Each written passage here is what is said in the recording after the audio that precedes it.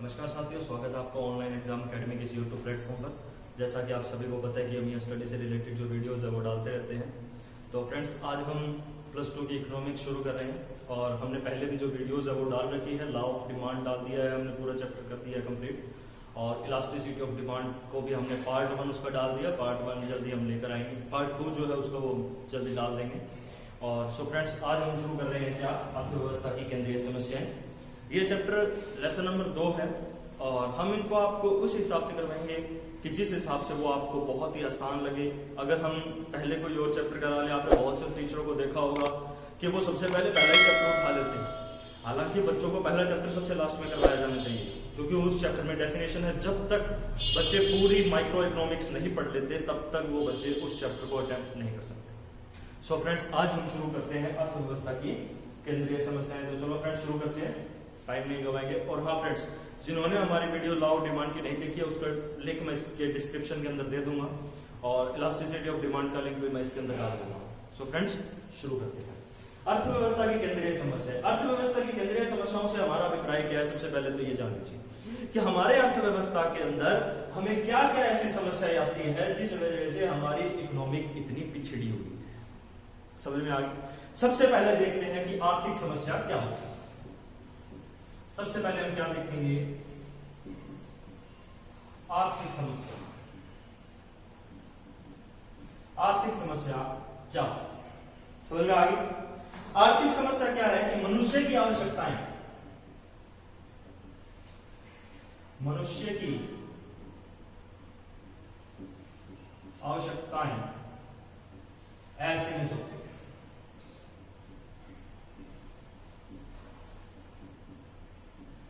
और उनको पूरा करने वाले साधन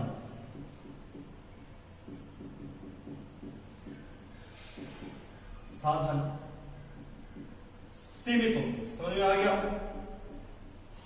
सीमित होते। मैंने क्या कहा कि मनुष्य की आवश्यकताएं असीमित होती है, उनको पूरा करने वाले साधन सीमित होते हैं और उन सीमित साधनों के वैकल्पिक का मतलब क्या है, बहुत सारे। उन साधनों के वैकल्पिक यानी कि बहुत सारे वैकल्पिक प्रयोग होते हैं।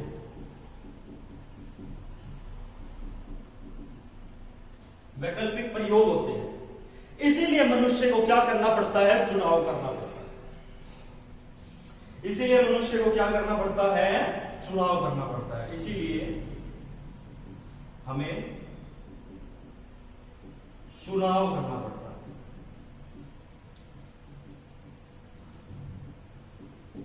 और इसी चुनाव की समस्या को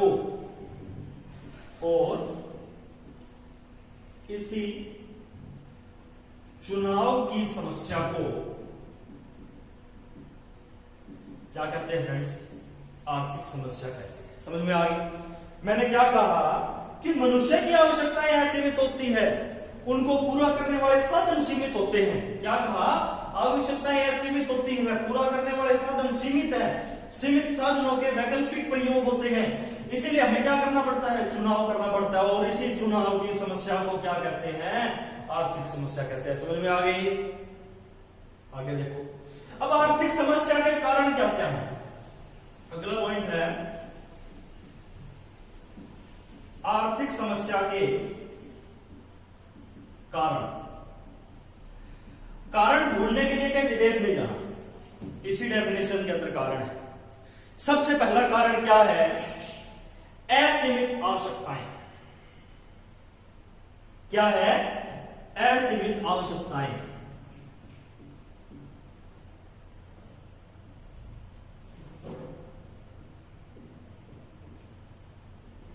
दूसरा क्या है, सीमित साधन।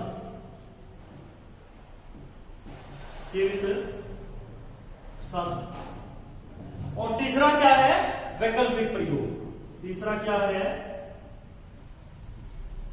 वैकल्पिक प्रयोग। समझ में आ गया आपको? ये 3 इसका कारण है और पेपर में जरूर आता है। फिर से देख लेंगे फटाफट। आर्थिक समस्या क्या होती है? मनुष्य की आवश्यकता असीमित है, पूरा करने वाले साधन सीमित है, सीमित साधनों के वैकल्पिक प्रयोग हैं, इसीलिए हमें क्या करना पड़ता है? चुनाव करना पड़ता है, और इस चुनाव की समस्या को ही आर्थिक समस्या कहते हैं। समझ में आ गई? अब आगे देखेंगे कि आर्थिक समस्या के कारण क्या है। कारण कहीं नहीं जाना, डेफिनेशन के अंदर ही कारण है। सबसे पहला कारण है असीमित आवश्यकताएं, दूसरा कारण है सीमित साधन, और तीसरा कारण है वैकल्पिक प्रयोग। समझ में आ गई? सो आगे चलते हैं। अब देखेंगे हम अर्थव्यवस्था की केंद्रीय समस्याएं। क्या देखेंगे? अर्थव्यवस्था की केंद्रीय समस्याएं। भी हमारी अर्थव्यवस्था में कौन कौन सी केंद्रीय समस्याएं हैं? क्या देखेंगे? अर्थव्यवस्था की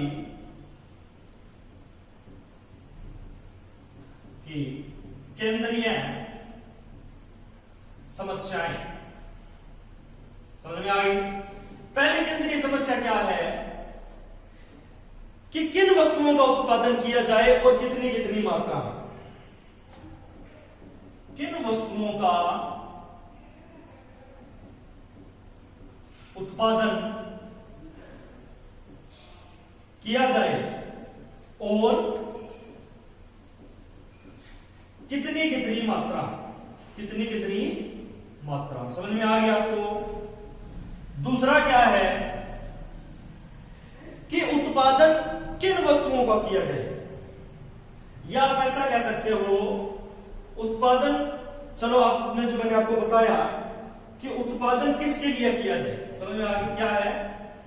वैसे तीसरा पॉइंट है, लेकिन इसको दूसरे पे नहीं लिखेंगे हम लिखते हैं दूसरे पे कि उत्पादन किस प्रकार किया जाए, किस प्रकार किया जाए। समझ में आ गया आपको? अब यहां किस प्रकार से मतलब तकनीक से होता है। ये क्या है? तकनीक। तकनीक बोले तो पहली कौन सी होती है? श्रम प्रदान, और दूसरी बताओ? दूसरी होती है पूंजी प्रदान। पूंजी प्रदान तकनीक। अब श्रम प्रदान तकनीक वो तकनीक होती है जिसमें सारा काम मजदूरों से करवाया जाता है, और पूंजी प्रदान तकनीक वो तकनीक होती है जिसमें सारा काम मशीनें करती है। समझ में आ गया? तीसरा पॉइंट देखो। तीसरा है कि उत्पादन किसके लिए किया जाए। उत्पादन किसके लिए किया जाए। समझ में आ गया आपको? किसके लिए से मतलब क्या है? स्वयं के लिए या बेचने के लिए, या बेचने के लिए। अब चौथा पॉइंट क्या है? साधनों का पूर्ण रोजगार कैसे हो। साधनों का पूर्ण रोजगार कैसे। पांचवा क्या है? साधनों का विकास कैसे हो। साधनों का विकास कैसे। समझ में आ गई? ये 5 क्या है? केंद्रीय समस्याएं हैं। पहली है कि उत्पादन किन वस्तुओं को किया जाए और कितनी कितनी मात्रा में। उत्पादन किस प्रकार किया जाए, भी तकनीक से संबंधित है कि श्रम प्रदान तकनीक हो या पूंजी प्रदान तकनीक हो। उत्पादन किसके लिए किया जाए, स्वयं के लिए या बेचने के लिए, या साधनों का पूर्ण रोजगार कैसे हो, चौथा पॉइंट। पांचवी समस्या क्या है कि साधनों का विकास कैसे। अब है कि अर्थव्यवस्था कितने प्रकार की होती है। अगला क्वेश्चन क्या बनता है कि अर्थव्यवस्था कितने प्रकार की होती है। How many type of economic, क्या है अर्थव्यवस्था कितने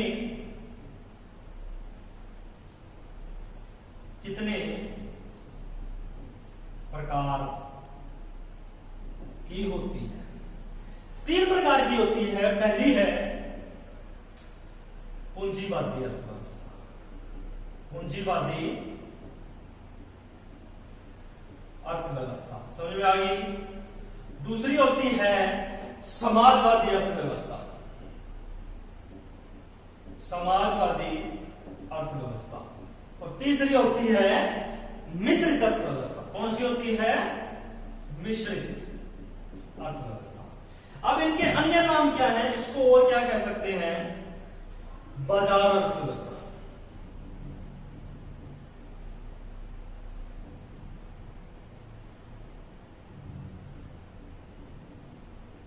इसका अन्य नाम क्या है? समाजवादी अर्थव्यवस्था का अन्य नाम जल्दी फटाफट बताओ। केंद्रीय योजनाबद्ध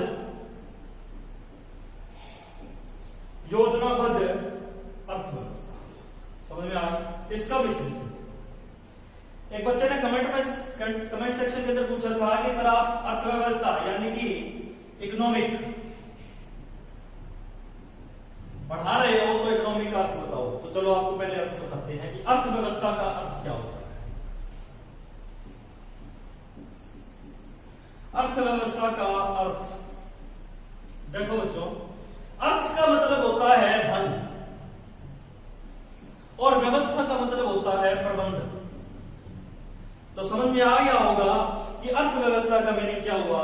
धन का प्रबंध, धन का प्रबंध। समझ में आ गई? अब आगे समझते हैं। ये समझ में आ गया ना सबों को? चलो अब क्या है कि पूंजीवादी अर्थव्यवस्था किसे कहते हैं? अब मैं इसको लिखूंगा नहीं, मैं इसकी डेफिनेशन बोल दूंगा, क्योंकि अगर मैं लिखूंगा तो वीडियो ज्यादा ही लंबी हो जाएगी। तो पहली क्या है? पूंजीवादी अर्थव्यवस्था। पूंजीवादी अर्थव्यवस्था। इस अर्थव्यवस्था का दूसरा नाम क्या है? बाजार अर्थव्यवस्था। क्या नाम है? बाजार अर्थव्यवस्था। इस अर्थव्यवस्था में कीमत का निर्धारण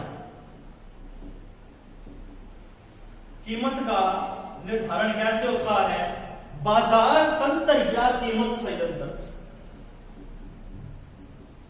बाजार तंत्र या कीमत संयंत्र। समझ में आ गया आपको? अब पूंजीवादी अर्थव्यवस्था को डिफाइन कैसे करोगे? चलो फटाफट बताओ। देखो बच्चों, ये वो अर्थव्यवस्था होती है जिसके अंदर उत्पादन करने के सभी साधनों पर पूंजीपतियों का स्वामित्व होता है। समझ में आ गई? ये वो अर्थव्यवस्था होती है जिसके उत्पादन करने के सभी साधनों पर पूंजीपतियों का स्वामित्व होता है। समझ में आ गया आपको? इसको नोट कर लो पहले जो मैंने अभी आपको बोला है। कर लिया नोट सभी ने? आगे देखो, पूंजीपतियों का क्या होता है? स्वामित्व होता है। उनका जनता के कल्याण से कोई संबंध नहीं होता। जनता के कल्याण से कोई संबंध नहीं होता। उनका ज्यादा से ज्यादा काम क्या होता है? लाभ कमाना। समझ में आ गया आपको? लाभ कमाना उनका क्या होता है? उद्देश्य होता है। क्या होता है? उद्देश्य। जनता का कल्याण, जनता का कल्याण। क्रॉस लगा दो इस पे। कोई नहीं होता इनका मतलब, जनता के कल्याण से कोई मतलब नहीं है। समझ में आ गई? दूसरा देखो, दूसरा क्या है? समाजवादी अर्थव्यवस्था। समाजवादी अर्थव्यवस्था। अब इसमें कीमत निर्धारण कौन करता है? कैसे होता है कीमत निर्धारण? कीमत निर्धारण इसमें सरकार द्वारा नियुक्त, क्या है? सरकार द्वारा नियुक्त केंद्रीय नियोजन अधिकारी, केंद्रीय नियोजन अधिकारी। समझ में आ गया आपको? इसमें कीमत निर्धारण कौन करता है? सरकार द्वारा नियुक्त केंद्रीय नियोजन अधिकारी इसके अंदर क्या करता है? कीमत का निर्धारण करता है। इसकी डेफिनेशन बनाओ। ये वो अर्थव्यवस्था होती है जिसमें उत्पादन करने के सभी साधनों पर सरकार का स्वामित्व होता है और इसका लाभ कमाना उद्देश्य नहीं होता। इसका सबसे ज्यादा बड़ा उद्देश्य क्या होता है? जनता का कल्याण करना। समझ में आ गया आपको? अगला देखो, अगला क्या है? मिश्रित अर्थव्यवस्था। मिश्रित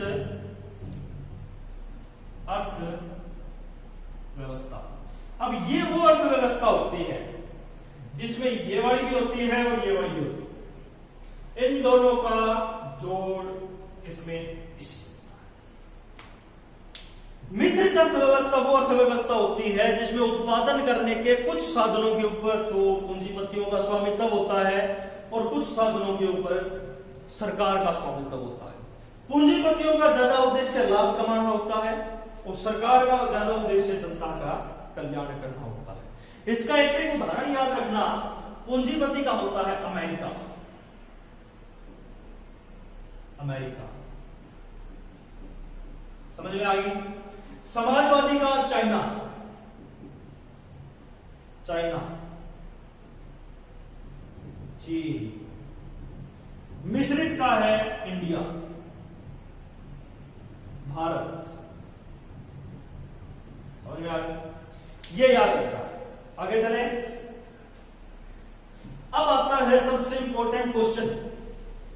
4 नंबर में 101% नहीं, 500% नहीं, 1000% चांस नहीं, आता ही आता है।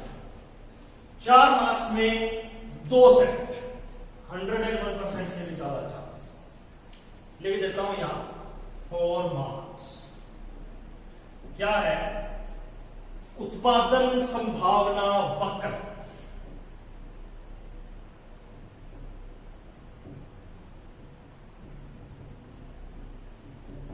इसको हम क्या बोलते हैं? पीपीसी भी बोलते हैं। पीपीसी पेपर के अंदर लगभग पीपीसी लिखा था, उत्पादन संभावना वक्र नहीं आता लिखा हुआ। कहेंगे पीपीसी को रेखा चित्र की सहायता से समझाइए। पीपीसी बोले तो प्रोडक्शन प्रोबेबिलिटी का, समझ में आ गया? उत्पादन संभावना वक्र। सबसे पहले ये याद रखना कि जहां भी उत्पादन संभावना वक्र आ जाए, दिमाग में याद होना चाहिए दिए हुए साधन और दी हुई तकनीक। ये याद करने वाली चीज है, दिए हुए साधन और दी हुई तकनीक। दी हुई तकनीक, समझ में आ गई? अब क्या करना? इसकी सबसे पहले टेबल याद करना। टेबल याद करने के लिए बड़ा ही आसान तरीका है। यहां लिखो वीट, यहां लिखो ग्राम, चना, गेहूं। इसका याद क्या रखना है कि 12, 11, 9, 6 और 0। ज्यादा दूर लिख दिया। 12, 11, 9, 6 और 0। और नीचे क्या करना? 0, 1, 2, 3, 4। समझ में आ रही है? ये ही टेबल बनानी है। और टेबल बनाओगे पजल हो जाओगे, डायग्राम भी नहीं बन पाएगा और ना ही क्वेश्चन होगा। फिर मत कहना कि सर हमारा तो पेपर में क्वेश्चन तो हमें आता था, हम कर नहीं पाए। मेरा फॉल्ट नहीं होगा, आपका फॉल्ट होगा। ये याद रखिए आप। 12, 11, 9, 6, 0, 0, 1, 2, 3, 4। सबसे पहले तो इसको याद कर लेना। समझ में आ गया? इसको नोट करो।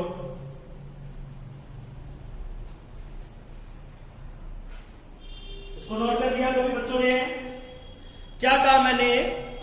12, 11, 9, 6, 0, 0, 1, 2, 3, 4। समझ में आ गई सभी के? अब क्या करना है? अब हमें इसका डायग्राम बनाना है। डायग्राम बोले तो रेखा चित्र। समझ में आ रही आप सभी को? रेखा चित्र बनाना है तो इसको साफ कर देते हैं फटाफट। ठीक है, दोबारा लिखते हैं इसको साफ। तो ये दिखेगा नहीं आपको। 1 मिनट रुको सभी, बस मैं इसको दोबारा लिख देता हूं सारे को।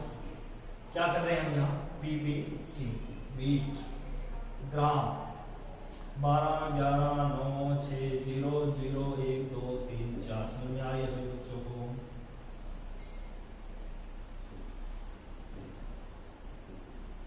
समझ में आ गई? 0, 1, 2, 3 और 4। अब क्या करते हैं इसका डायग्राम? यहां से बढ़ाओ। 1, 2, 3, 4, 5, 6, 7,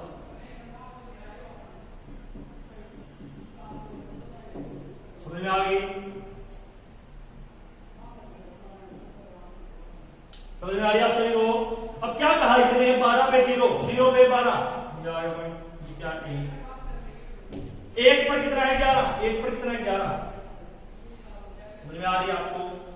दो पे कितना है 9, दो पे कितना है 9, ये आएगा, यहां का ही आएगा, ठीक है। तीन पे कितना है 6, तीन पे 6, यहां का ही आएगा। तो 0 पे कितना है 4 है, ये बनाओ ऐसे।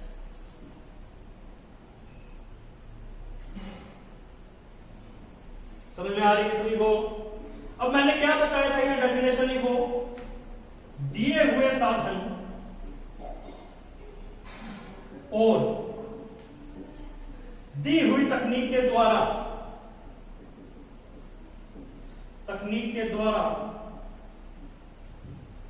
दो वस्तुओं की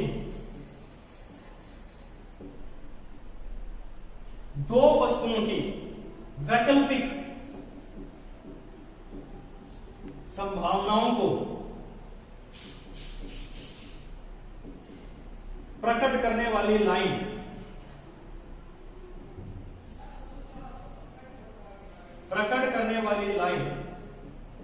पीपीसी क्या कहलाती है, समझ में आ गई। दिए हुए साधन और दी हुई तकनीक के द्वारा दो वस्तुओं के उत्पादन की वैकल्पिक संभावनाओं को प्रकट करने वाली लाइन क्या कहलाती है, उत्पादन संभावना वक्र, प्रोडक्शन प्रोबेबिलिटी कर्व कहलाती है। समझ में आ गई आप सभी को। अब क्या लिखनी है इसके, उत्पादन यानी कि पीपीसी की विशेषताएं लिखनी है। क्या लिखनी है, विशेषताएं।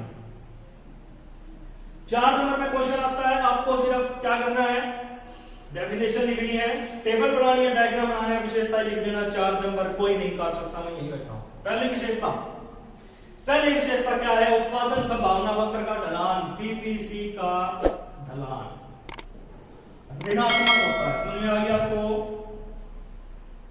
ऋणात्मक होता है।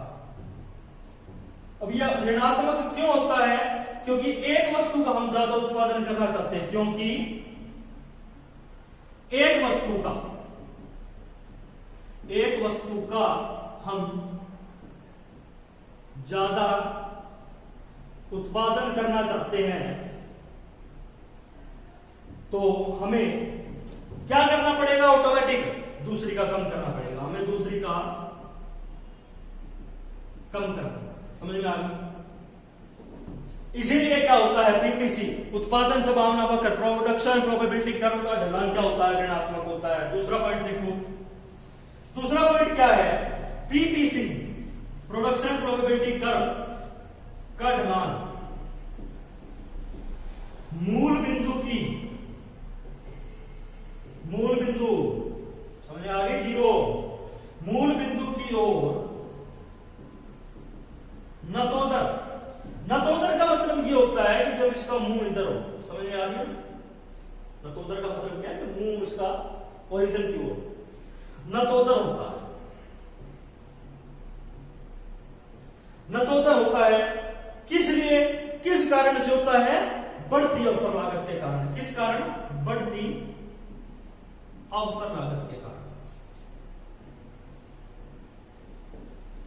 बढ़ती अवसर लागत के कारण। अब ये अवसर लागत क्या है, अब अवसर लागत देखो, अब अवसर लागत टेबल में आप बनाएंगे, ये आपको दोबारा बनानी है टेबल, यहां पे मैं यही समझा रहा हूं आपको कि अवसर लागत क्या है। कि अवसर लागत का मतलब हुआ कि 12, 11, 9, 6, 0 और यहां लिखा है कि 0, 1, 2, 3, 4। अब 12 से 11 है तो कितना हुआ, 1 का डिफरेंस आया। 11 से तो 2 का, फिर 3 का और फिर 4 का। समझ में आ रही है। नीचे तो ये भले ही घट रहे हैं, लेकिन ऊपर ये क्या हो रहा है, बढ़ रहा है। बढ़ने का मतलब क्या होगा, यहां बढ़ती अवसर लागत, बढ़ती अवसर लागत। समझ में आ रही है आप सभी को, बढ़ती अवसर लागत। अब ये अवसर लागत की डेफिनेशन देख लेंगे सभी बच्चे। अवसर लागत क्या होती है, अवसर लागत का मतलब होता है कि जब हम एक वस्तु का ज्यादा उत्पादन करना चाहते हैं तो हमें क्या करना पड़ता है, दूसरी वस्तु का त्याग करना पड़ता है। एक का ज्यादा उत्पादन करना चाहते हैं, दूसरी का क्या करना पड़ेगा, दूसरी का त्याग करना पड़ता है, और इस त्याग को ही हम अवसर लागत कहते हैं। समझ में आ गया? अवसर लागत की एक और डेफिनेशन देख लो, और भी इसकी क्या करो, एक और डेफिनेशन देख लो। अवसर लागत की एक और डेफिनेशन क्या होती है?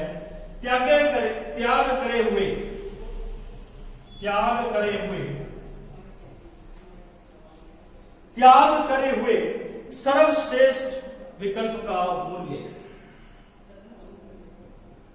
सर्वश्रेष्ठ विकल्प का मूल्य। समझ में आ गया आप सभी को? त्याग करे हुए सर्वश्रेष्ठ विकल्प का मूल्य क्या कहलाता है? अवसर लागत कहलाता है। सभी बच्चे इसको एक बार नोट कर लेंगे, अच्छे से नोट कर लो इसको।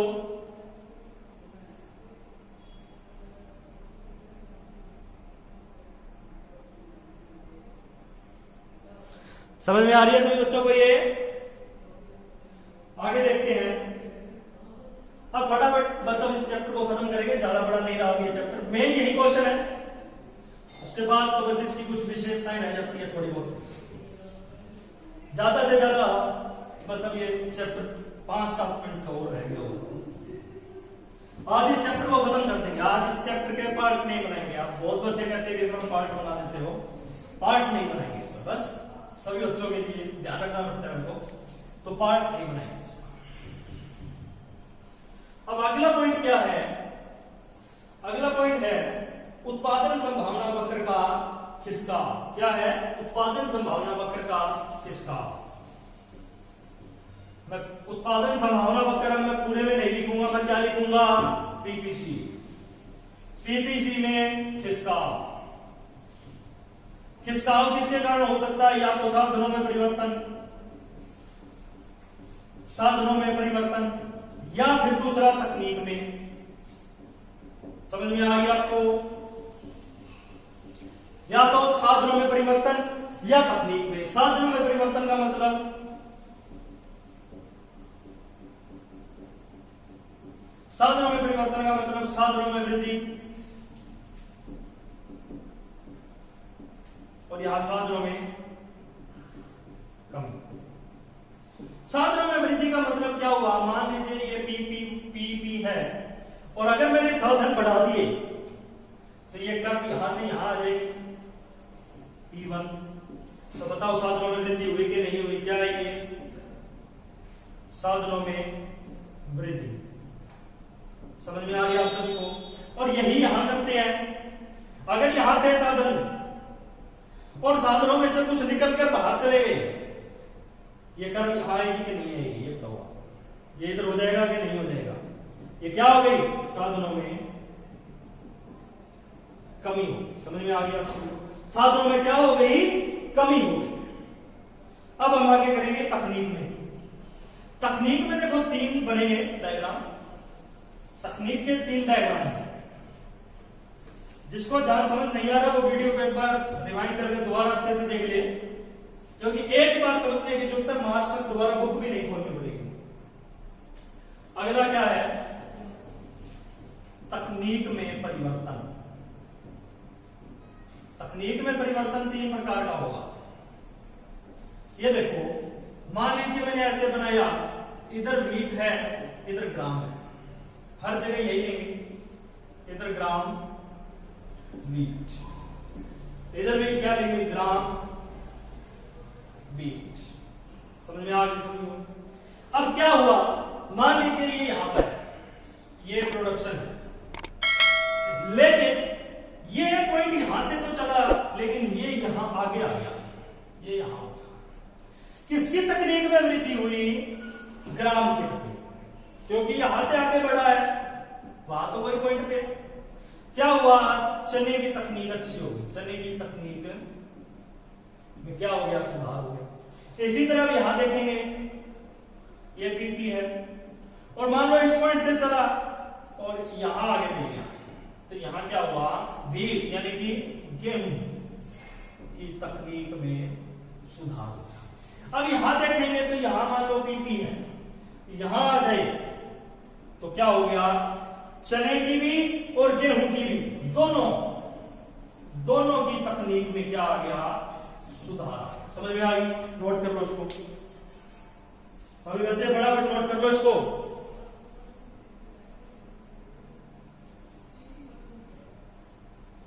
आगे चले।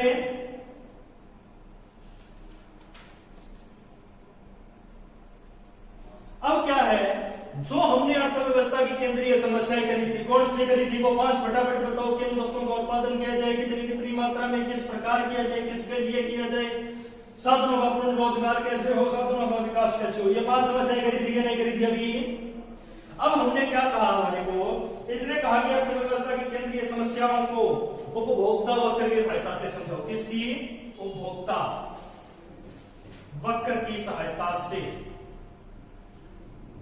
क्या बतानी है? केंद्रीय समस्याएं। किसकी? इकोनॉमिक की, अर्थव्यवस्था की केंद्रीय समस्याएं। देखो क्या होता है, पहली क्या बढ़ेगी? पहली ये बढ़ेगी कि किन वस्तुओं का उत्पादन किया जाए और कितनी कितनी मात्रा में। किन वस्तुओं का उत्पादन किया जाए और क्या कहा? कितनी कितनी मात्रा में। तो कुछ नहीं, आप ऐसे डायग्राम बना लो फटाक से। अब डायग्राम में क्या बनेगा, यहां पे भी कर लो, कर लिया, बहुत आसान है। उसके बाद यहां एक्स ले लिया, यहां वाई ले लिया।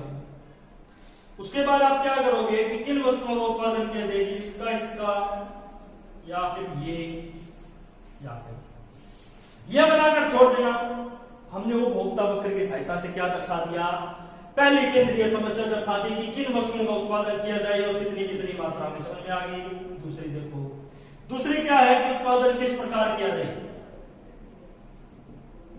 उत्पादन किस प्रकार किया जाए। किस प्रकार से मतलब मैंने आपको क्या समझाया था? तकनीक से समझाया था। तकनीक का मतलब आप ऐसे कर लीजिए, ये बी, ये ए और यहां कुछ सी कुछ। समझ में आ गया? अब ये बताओ कि कौन सी तकनीक अच्छी है, बी वाली अच्छी है, सी वाली अच्छी है या ए वाली अच्छी है। हम ऑब्वियसली बात है कि हम यही कहेंगे कि सी वाली क्या है, क्रॉस। सी वाली हमें नहीं लगानी, क्यों? सी वाली से क्या होगा? साधनों का तो पूर्ण रोजगार होगा ही नहीं। मान लीजिए मैं सी वाली तकनीक ले लेता हूं, इतने एरिया में क्या हो जाएगी? आगे चलते हैं।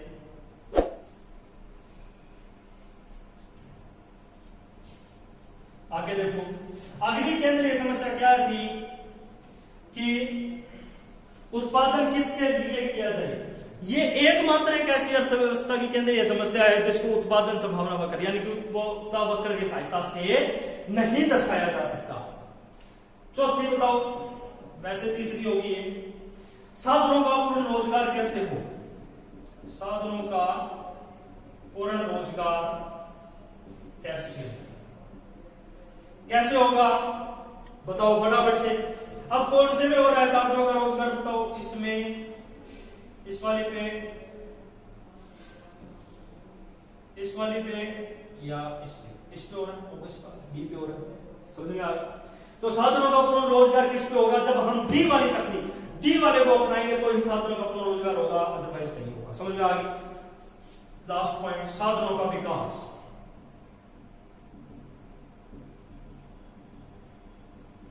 साधनों का विकास कैसे? कुछ नहीं है इसमें, वही डायग्राम लाना है।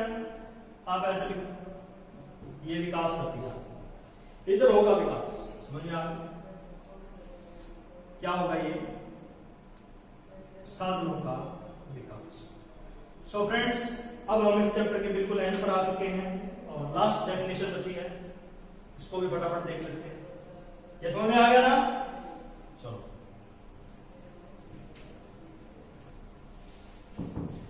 लास्ट डेफिनेशन क्या है कि सीमांत अवसर लागत बताओ।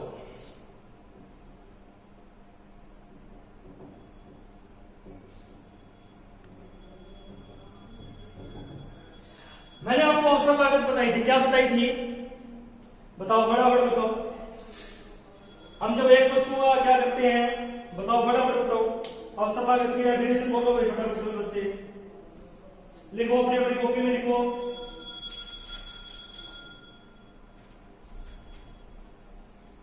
नहीं आई समझ में? मैंने क्या बताया था आपको कि कि जब हम एक वस्तु का उत्पादन करना चाहते हैं तो हमें क्या करना पड़ता है, दूसरी वस्तु का त्याग करना पड़ता है, उसको क्या कहते हैं, हम अवसर लागत कहते हैं। या त्यागे गए सर्वश्रेष्ठ विकल्प का मूल्य क्या होता है, अवसर लागत कहलाता है। तो सीमांत क्या है पूरी इकोनॉमिक्स के अंदर, 12th क्लास की तो मैं कह देता हूं और आगे भी BA MA MPhil PhD 12th class से लेकर आगे सभी तक जहां भी सीमांत वर्ड दिख जाए उसका मतलब होता है एक अतिरिक्त, एक अतिरिक्त, एक अतिरिक्त। समझ में आ गया आप सभी को? किसी वस्तु की एक अतिरिक्त इकाई का उत्पादन करने के लिए हमें जो त्याग करना पड़ता है उस त्याग को सीमांत अवसर लागत कहते हैं। समझ में आ गई? तो समझ में आ गई ना सभी बच्चों को? तो क्या है सीमांत अवसर लागत है कि किसी वस्तु की एक अतिरिक्त इकाई का उत्पादन करने के लिए हमें जो त्याग करना पड़ता है उस त्याग को सीमांत अवसर लागत कहते हैं। तो सो फ्रेंड्स, इस चैप्टर का हमने यहां क्या कर दिया है, एंड कर दिया। समझ में आ गया आप सभी को? सो फ्रेंड्स, इस वीडियो को आप बार बार देखिए। अगर आपको ये वीडियो पसंद आता है तो लाइक कमेंट शेयर कीजिए और ज्यादा से ज्यादा बच्चों को इसको पहुंचाइए ताकि आपको ये चैप्टर याद हो जाए और इसको बार बार इस वीडियो को देखिए। एक बार आप इसको वीडियो को अच्छे से पूरा देख लेंगे और मैं कहता हूं कि आप इस वीडियो को पूरा एंड तक देखिए। एक बार देखने के बाद मार्च तक बुक खोलने की जरूरत नहीं है। अगर आपको मेरा चैनल पसंद आता है तो इसको सब्सक्राइब कीजिए, पास वाले बेल आइकन को भी दबा दीजिए। धन्यवाद। जय हिंद, जय भारत।